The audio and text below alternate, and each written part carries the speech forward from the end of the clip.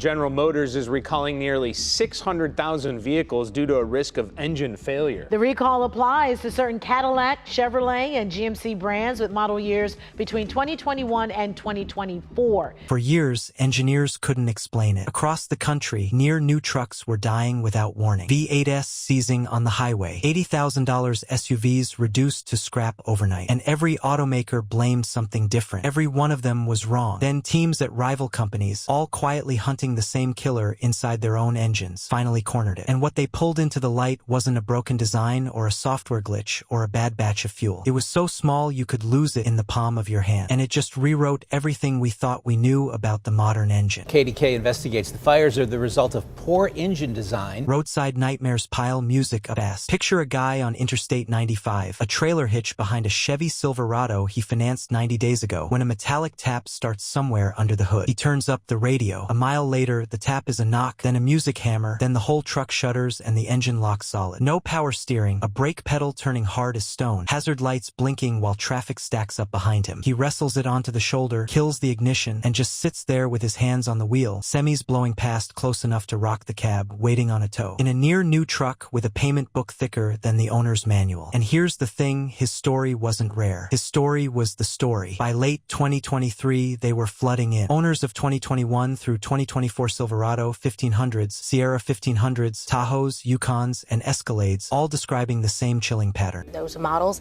that may have some defects in the engine that could lead to engine damage or failure. A faint bearing knock, a ticking on cold starts, a whiff of burnt oil through the vents. Then, sometimes within days, total seizure. Many of these trucks had under 30,000 miles. Some had less than 5,000. People had financed them new. Music, some over $80,000 for an Escalade, and they had done everything right. Bought new, changed the oil, followed the manual to the letter, and the engine died anyway. That's the part that stung the worst. There was nothing they could have done differently, and the pattern almost never gave a fair warning. That's what made it so unnerving. A faulty part usually announces itself. A rough idle that lingers for weeks. A check engine light that nags you into the shop. This wasn't that. The first sign was often a tick so faint you'd blame it on a loose heat shield, the kind of noise you turn the radio up to drown out. By the time it grew into something you couldn't ignore, you were frequently down to hours, not days. One driver hears it on the way to work and tells himself he'll book the truck in over the weekend. He never gets the chance. People describe the failure the way you describe a heart attack in someone who just passed a physical, sudden, total, and impossible to square with how new and healthy the thing was supposed to be. So, General Motors pulled back roughly 600,000 vehicles whose V8 could fail without warning, and by April of 2025 made it official. 597,571 recalled. The National Highway Traffic Safety Administration pinned it on manufacturing defects in the engine's components across certain Cadillac, Chevrolet, and GMC models, and overnight the L87 6.2L V8 became the most talked about engine in America for all the wrong reasons. Walk into a dealership that spring and you'd find a service advisor caught in the middle of it with no good answer for anybody. Phone ringing off the hook, loaner cars gone by mid-morning, bays booked out for weeks, tow trucks dragging in dead Vietnamese faster than the techs could tear them down. These were the people who had spent years telling customers to trust the brand, now standing at the counter with nothing to offer but a waitlist. Now, here's the part that should worry you. Even after the official fix rolled out, the failures didn't stop. The NHTSA logged at least 36 new failure complaints from owners whose engines had already received the remedy. Some had even been handed brand new replacement engines under warranty. Those failed too. Think about what that does to a person. You wait weeks for the fix, you get the truck back, you finally exhale, and then it dies on you a second time. So, in early 2026, the agency opened a fresh investigation codenamed RQ26-0001 to find out whether the fix was a fix at all. And it was never just General Motors. And the Center for Auto Safety says since these vehicles remain popular, people need to know how to keep them in working order. Toyota recalled 127,000 Tundras and Lexus LX 600s built around the V35A twin-turbo V6. Same catastrophic damage, same bearing knock leading to total seizure. Honda owners reported V6 engine spinning bearings under 60,000 miles. Hyundai and Kia got hit across more than 3 million vehicles. Mechanics everywhere started saying the same uncomfortable thing out loud. The beaten-up engines from the 1990s ran to 250,000 miles and refused to die, while these new ones, tuned within an inch of their lives, were dropping like flies before their first real service. And the answer was hiding in plain sight, deep inside the engines themselves. A single fleck of metal, smaller than a grain of sand. If your own driveway holds a late-model turbo truck or SUV, stay with me because what's killing these engines is something you'd need need a microscope to see. And if you want more of the stories the music manufacturers would rather keep buried, hit subscribe right now. This is exactly what we do here. Now let's get inside the engine. Tiny specks with crushing power. Look inside a modern engine and it's a different world from your grandfather's V8. The bearings ride on a film of oil thinner than a human hair. The clearances, the gaps between moving steel parts, are measured in microns. And a micron is 1/1000th of a millimeter. The connecting rods are forged so precisely that even a fingerprint left during assembly can throw a measurement off. Even the oil changed. Most new engines run 0W15 or 0W20. Oil so thin it pours almost like water next to the syrup we poured in decades ago. To put that in human terms, a human hair is about 70 microns across. The oil film holding a crankshaft off its bearing can be a fraction of that. The gaps these engines are built to are so small that temperature alone matters. A part measured on a cold morning and a warm afternoon isn't quite the same size because the metal itself expands and contracts. That's the level of precision we're talking about. These aren't loose, rugged machines that tolerate a little slop. They are instruments tuned to tolerances that would have sounded like science fiction to a mechanic in 1985. So why so tight, so thin? One word: economy. Federal rules keep pushing automakers to wring more miles out of every gallon. Thin oil cuts friction. Tight tolerances cut waste. Small turbocharged engines do the work the big lazy V8s used to do, squeezing the power of 8 cylinders out of 6 or even 4. On paper, it's brilliant. More power, better mileage, fewer emissions, all at once. For years, that's exactly how it was sold to you on the showroom floor. Hauling 480,000 vehicles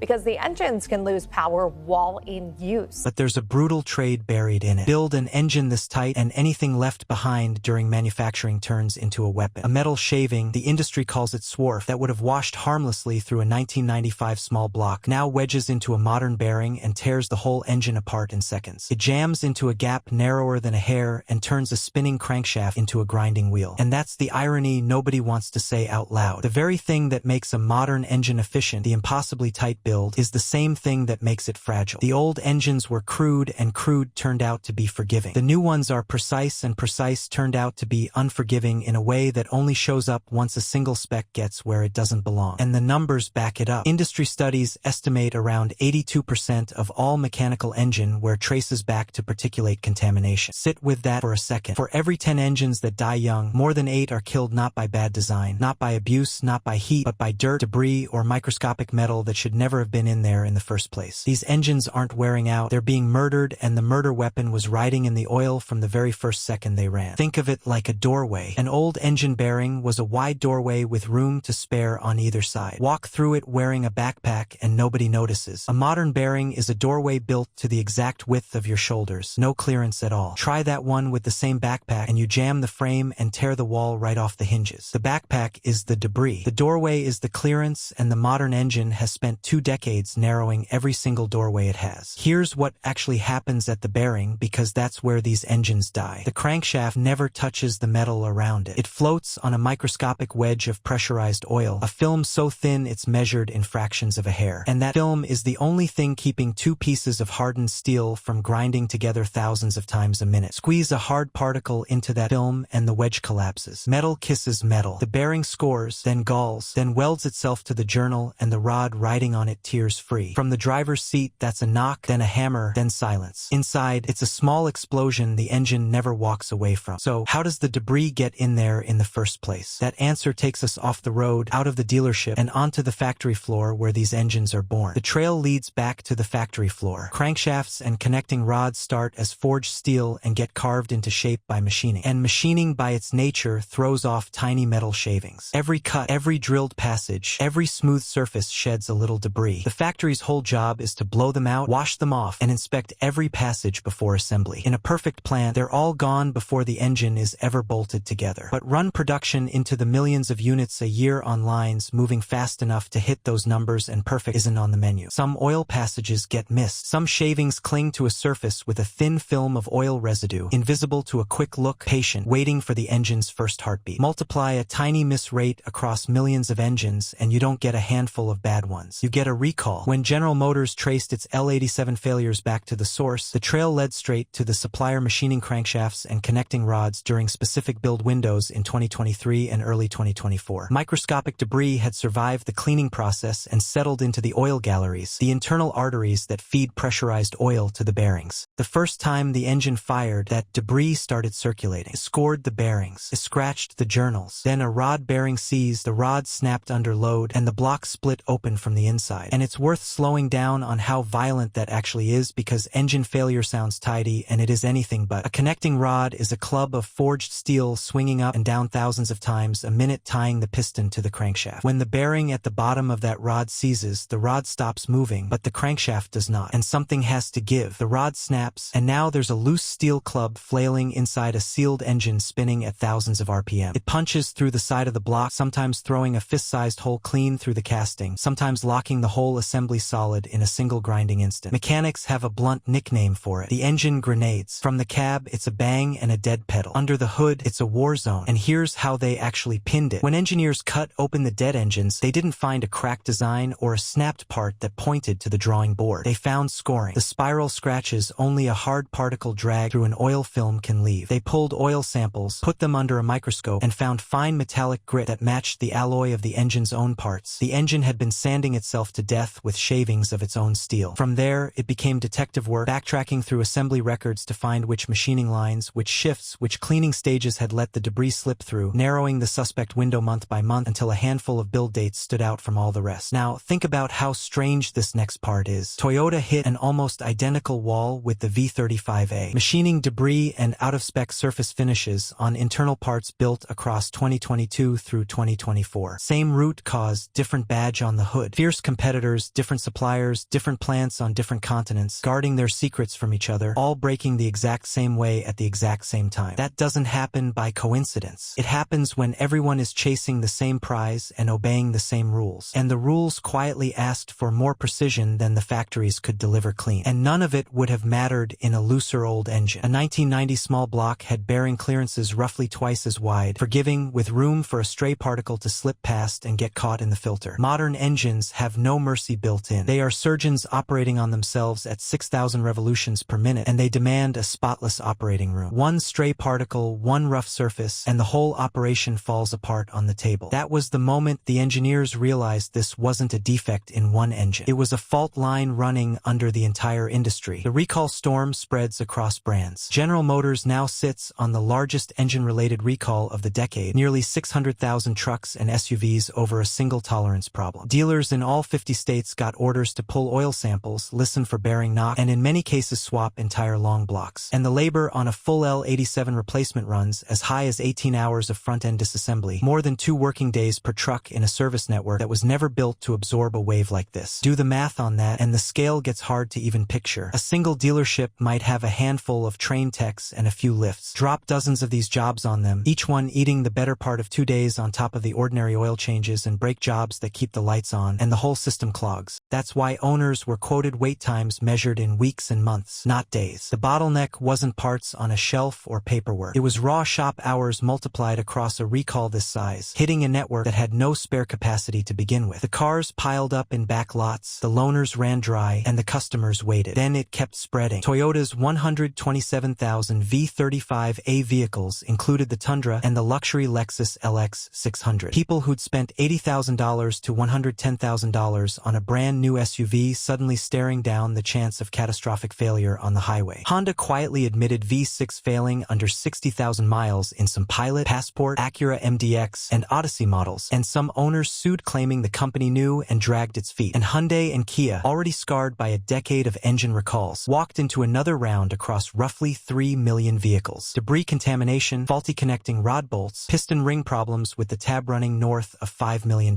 So stack music it all up, and the picture is unmistakable. This was never one bad engine from one bad factory. Every major automaker chasing tighter tolerances and thinner oils ran into the same wall at the same time for the same reason. And here's the tell. When competitors who agree on nothing all break the exact same way, the problem isn't any one of them. It's the thing they have in common. Think about how unusual that really is. These companies share almost nothing on purpose. Different engineers, different suppliers, different alloys, different assembly plants on different continents, different corporate cultures that guard their secrets like state intelligence. They are not copying each other's homework, and yet they converged on the identical failure from a dozen different directions in roughly the same span of years. When you see that kind of convergence, you're not looking at a string of unlucky mistakes. You're looking at a shared because they all walked into because they were all all answering the same pressure. They were all building to the edge of what manufacturing could deliver clean, and they all found the edge at the same time, the hard way. The overlap even got eerie. A Hyundai owner whose engine died at 40,000 miles might get towed in by a driver whose own Silverado was already on the recall list. Insurers started flagging certain model years as high risk. Resale values dropped because a used car shopper who'd read one headline now hesitated over any late model V8 or turbo V6, affected or not. But the people who got hit hardest were the fleet operators. Picture a fleet manager at a construction outfit standing in the yard, clipboard in hand, watching 3 of his trucks get pulled off jobs in a single week. Crews standing idle on the clock, contracts slipping, money bleeding out while the trucks sit dead in a service bay he has no control over. For him, a truck isn't transportation. It's a tool that pays wages, and 3 dead tools means 3 crews he can't deploy. Some operators sued for the losses. Others just switched brands, walking away from decades of loyalty in a single purchase order. But here's what the recall numbers were really telling us. This was never ordinary quality control. The whole push towards smaller, tighter, more efficient engines had quietly outrun the factories built to make them. And the real cost, it was never measured in dollars. Safety costs climb off the charts. Imagine pulling a horse trailer up a mountain pass when the engine locks solid. Imagine merging onto a busy interstate at full throttle when the rod lets go. Imagine driving your kids home from school when the dash goes dark and the wheels stop pulling. These aren't scare scenarios cooked up to rattle you. They're what owners of recalled vehicles have actually lived through on real roads with real families in the back seat and real traffic closing in from behind. And most drivers have no idea how fast it cascades. The second the engine dies, you lose vacuum-assisted braking after a pump or two and the pedal turns to stone under your foot. You lose power steering and the wheel feels set in concrete. You're suddenly wrestling 2 tons of dead metal with your shoulders. You lose acceleration, so you can't pull out of the way of whatever's bearing down behind you. And on a downhill grade with a loaded trailer, the rig can outrun your ability to slow it at all. The weight behind you shoving you faster than the brakes can scrub off. All of it happens in the space of a few seconds with no warning that means anything until it's already happening. Here's the cruelest part. These engines tend to fail under load. Climbing a grade, merging at speed, pulling a trailer, which is exactly when you're working them hardest and have the least room to recover. A seizure in a parking lot is a tow bill and a ruined afternoon. The same seizure at 70 in the left lane is a different thing entirely. That is why a regulator that normally crawls chose to move, opening RQ 26-00001 to dig into whether General Motors' remedy actually does its job. And there's a deeper reason it rattles people the way it does. We've all been trained for certain failures. A flat tire, you feel it and you ease off. A dead battery, you're already parked. Even a blown transmission usually limps and warns before it quits. But sudden engine seizure at speed gives you none of that. No glide, no countdown, no second chance to react. One moment you're a driver in control of 2 tons of machinery, the next you're a passenger in a heavy object that's lost its power, its steering, and its brakes nearly at once. Drivers are simply not conditioned for a total loss of propulsion because for most of automotive history, it almost never happened to a near-new vehicle. That's the part that turns a mechanical defect into a genuine safety story. And that's the question that should make you uneasy. The official fix drains the factory oil, flushes the system, and refills with a higher viscosity oil meant to cushion bearings that may already be damaged. Engines that show where get full replacements. But thicker oil is a bandage, not a cure, and the engineers know it. It buys time on an engine that already has wear, padding the gap so the metal grinds a little less for a little longer. What it can't do is undamage a bearing that's already scored, and it can't reach down into an oil gallery to flush out debris still wedged inside. If the contamination is still in there, no oil change on Earth fixes what it does on the next cold start. That was the moment the automaker stopped treating contamination as a footnote and started treating it as a survival problem, because trucks like the Silverado and the Tundra aren't just transportation. They're the tools working families, music, and small businesses build their lives around, the machines that haul the trailers and tow the equipment that pay the bills. When those go unreliable, it isn't an inconvenience. It's a livelihood on the line, and the trust that took decades to build cracks in a single bad afternoon on the shoulder of a highway. Once that trust is gone, it does not come back with a press release, which is when the factories went to war with it. Factories raced to fix the root cause. After June of 2024, General Motors quietly rolled out a string of manufacturing changes aimed straight at the L87's machining process. Cleaning protocols got more aggressive. Crankshafts and rods now run through extra flushing stages built to dislodge debris from the oil galleries. Visual and ultrasonic inspections went in to catch contamination before assembly, not after it's already sealed inside a running engine. And supplier quality gates got tightened until the suppliers themselves had to change how they work. Notice the word quietly, because it matters. Nobody holds a press conference to announce that they added a wash stage and a camera to a line that was supposedly supposedly fine the month before. These changes show up in build dates and process documents, not in commercials. But read them in order and they tell the whole story backward. Every new flushing stage is an admission that debris was getting through. Every added inspection, a confession that the old check wasn't catching it. The fix is a roadmap of exactly where the failure lived, and the timing, right around the middle of 2024 on the heels of the worst of the failures, tells you how long it took to go from we have a problem to we know where it's coming from. The rest of the industry moved the same way. Toyota sharpened its inspection of V35A internals, including surface finish checks on the bearings and journals where the failures began. Honda and Hyundai Kia leaned hard into automated optical inspection, high-resolution cameras and computer vision systems scanning every machine surface for the faintest debris, roughness, or geometry error, flagging flaws far too small for a human eye to catch, with any part that fails getting wreck-leaned or scrapped on the spot. The machines now police the work more ruthlessly than any tired tech on a night shift ever could. And they never blink, never get bored, never wave a borderline part through at the end of a long Friday. That, in the end, is the quiet shift underneath all of this. The industry has decided it can no longer trust a human glance to keep these engines alive. And here's how serious it got. The rooms themselves are changing. Some plants are sealing engine lines off from the rest of the factory, upgrading air filtration to strip particles out of the air before they can ever land on a part, putting workers in lint-free clothing and counting and tracking every single tool so that no chip, screw, or fragment gets left behind inside an engine. It's starting to look less like a truck plant and more like a semiconductor fab, the kind of place where they build computer chips in clean suits behind glass. And that comparison is not an accident. It's the whole point. Stop and let that picture land for a second. To build a pickup truck engine, the kind of thing that's supposed to shrug off mud, heat, and abuse for 250,000 miles, the industry is now borrowing the playbook from the most delicate manufacturing on Earth. That's how far the line has moved. The rugged old V8 was built in a rugged old factory, and it didn't care. The modern engine is so fussy about what touches its insides that the room it's born in has to be cleaner than an operating theater. Some automakers are even walking the oil back, recommending slightly thicker grades until inspections confirm the insides are clean, and quietly debating whether the whole industry push toward 0W20 went further than the factories could actually support. That's a quiet admission that the chase for the last fraction of a mile per gallon may have crossed the line the plants weren't ready to hold. But here's the thing that should keep you up at night. All of that only fixes the engines they're building now. It does nothing for the millions already on the road, built in the bad windows, rolling down the interstate this morning with whatever's hiding in their oil galleries still in there, waiting. The smarter sensors that might catch the next failure early, real-time oil quality monitors, debris detectors, bearing temperature probes that could feel the first scratch and warn you while there's still an engine left to save aren't in most of these trucks yet, and nobody's cracked how to make them cheap enough to bolt into every pickup on the line. So the factories may have won the next round, but the trucks already out there are still rolling the dice every time the key turns. And the NHTSA is still sitting on that open investigation, waiting to see whether the fix holds or whether the next dead engine shows up on a tow hook tomorrow morning. So, did all of this really happen overnight? Didn't. It built up over a decade of small steps nobody noticed. One tight intolerance and one thinner oil at a time until the engines finally started dying out in the wild. One driveway, one tow truck at a time. Because here's what every new vehicle is really caught between. Two forces pulling against each other harder every single year. On one side, rules demanding more and more efficiency music out of the powertrain. On the other, buyers expecting 200,000 miles without a major repair the way the old ones gave it. With today's tiny turbo engines spinning faster, running hotter, and tolerating less than any engine in history, the margin for error has nearly vanished. The engineers cracked what's been killing these engines. The fight over whether they can ever be built clean enough is only just getting started. And that's the strange place this leaves us. The same relentless chase for efficiency that created the problem is now paying for the solution. The tolerances aren't going to loosen back up because the rules aren't going away and the engines aren't getting bigger. So the only road forward runs straight through cleanliness. Factories that behave like laboratories, inspections that trust cameras over tired eyes, oil that stops getting thinner before it gets dangerous. The lesson the whole industry is learning expensively and in public is brutally simple. A machine built to surgical tolerances has to be built in surgical conditions. Anything less, and the very precision that makes a modern engine brilliant is the same precision that makes it fragile. So here's the real question, and every driver is going to have to answer it. Would you trust a brand new turbocharged engine right now, fresh off the line, knowing what you now know? Or would you stick with the proven older designs, the ones that took a beating and refused to die? Drop your answer in the comments, because this one is going to split the room. And if this changed the way you look at the truck in your own driveway, smash that like button and subscribe, and we'll keep pulling these stories apart one engine at a time.